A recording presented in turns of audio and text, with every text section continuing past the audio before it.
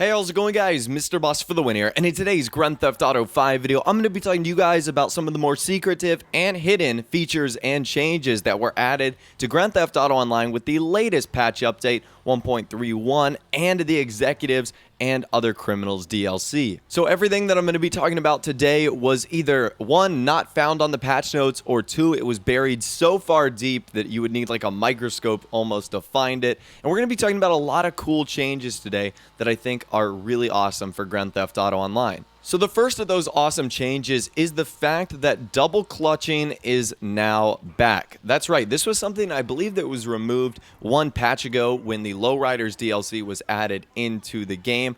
For whatever reason, Rockstar decided to remove double clutching, and I'm not exactly like a racing expert, but I do know that it was some sort of like gear shifting mechanism that if you were like an expert at and practiced a lot, you could use to your advantage in races, and I thought it was something that was really cool. And Rockstar has actually added this back into the game. They fixed some issues related to vehicle drifting as well as fixing double clutching. And they say that was thanks to a bunch of feedback from the racing and overall Grand Theft Auto Online community. So apparently Rockstar does listen to us, especially when we speak out about big issues like this. So this is ultimately and overall some great news for GTA and of course the racing community. Up next, I want to talk about some things you might not have known regarding the new VIP and organization system. Although this is really cool, Rockstar didn't give us a ton of information on, 1, how to get started and what some of the requirements are.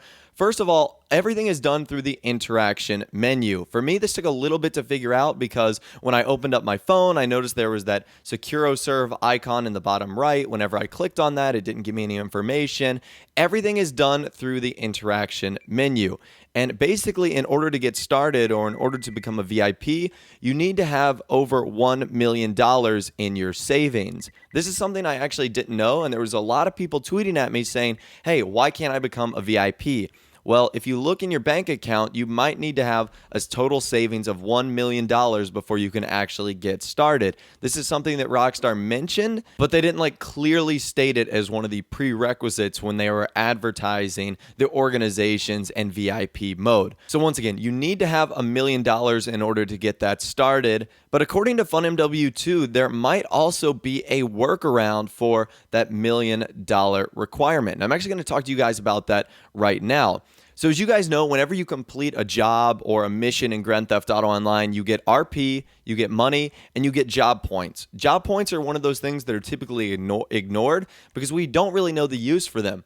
Well, it looks like job points could actually be useful going forward. FunMW2 put out this tweet. It was a line of in-game text that stated, "Are you sure you want to pay 250 job points to register as a VIP?" Meaning that job points could actually be useful. There was another line of text that said, "Your job points have earned you a discount on the VIP buy-in cost."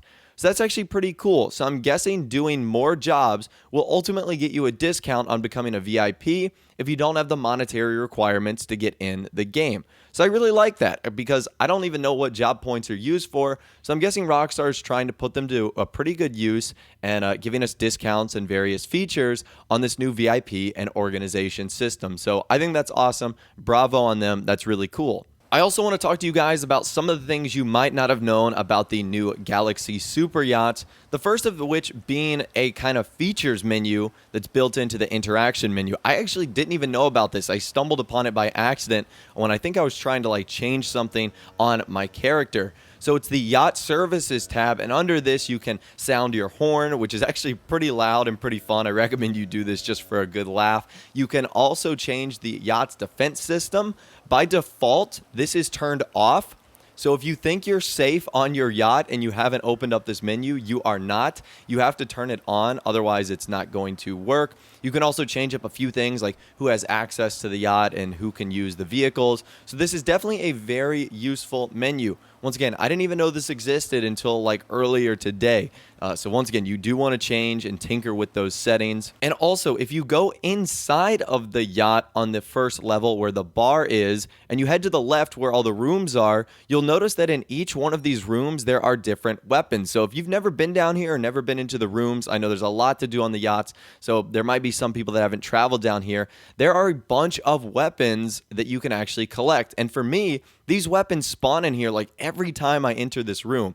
So it's not just a one-time thing. I think one of them is like a homing missile, one of them is the heavy sniper rifle, an assault rifle, an LMG. So they're really good weapons, and a lot of them give you some good ammo, like 200 rounds, 20 rounds for the sniper rifle. So definitely go check this out if you have not already. This is a great way to just get some free, easy ammunition or ammo that, of course, comes with the yacht. And finally, last but not least, FunMW2 provides us some information regarding some of the new vehicles that were added into the game. So you might have noticed there were two variants of a few vehicles added. One of them was the Baller, and the other one was the Shafter V12 that had variants that stood for LWB. And if you were like me for the first time, you're like, what does LWB stand for? Well, LWB is long wheelbase, and that's not just like an upgrade that Rockstar's put on there that has no meaning. There actually is a difference between the long wheelbase cars and the short wheelbase cars. According to FunMW2, long wheelbase cars have increased mass and its drive force and drive gears, but it also has a lower top speed than the cars with a regular or short wheelbase. So again, I guess it really all depends on the driving style you want. The longer wheelbase cars will have increased mass, a higher drive force and drive gears, but a slightly lower top speed. The car itself is actually a little bit longer as well, which obviously makes sense. So that's pretty cool. Once again, when I first saw that, I was like, I wonder why there's a price difference here. But there is differences in the actual cars themselves, which is pretty cool and really useful as well. So I wonder what other reasons Rockstar might have added those in the game. But in case you had no clue what those meant, those are the difference between those new vehicles. Anyways, that's all the information I have to talk to you guys about today and all the secret and hidden features and changes. If you, of course, know something that I missed and would want me to feature it in another video, please be sure to leave it in a comment section down below, and I will definitely get to it. If you did go on to enjoy the video, a like rating would be awesome. And of course, subscribe to my YouTube channel if you are new. You like daily Grand Theft Auto 5 videos like this. With all the way, guys, like I said, thanks for watching. Take care, and I'll see you guys in the next video.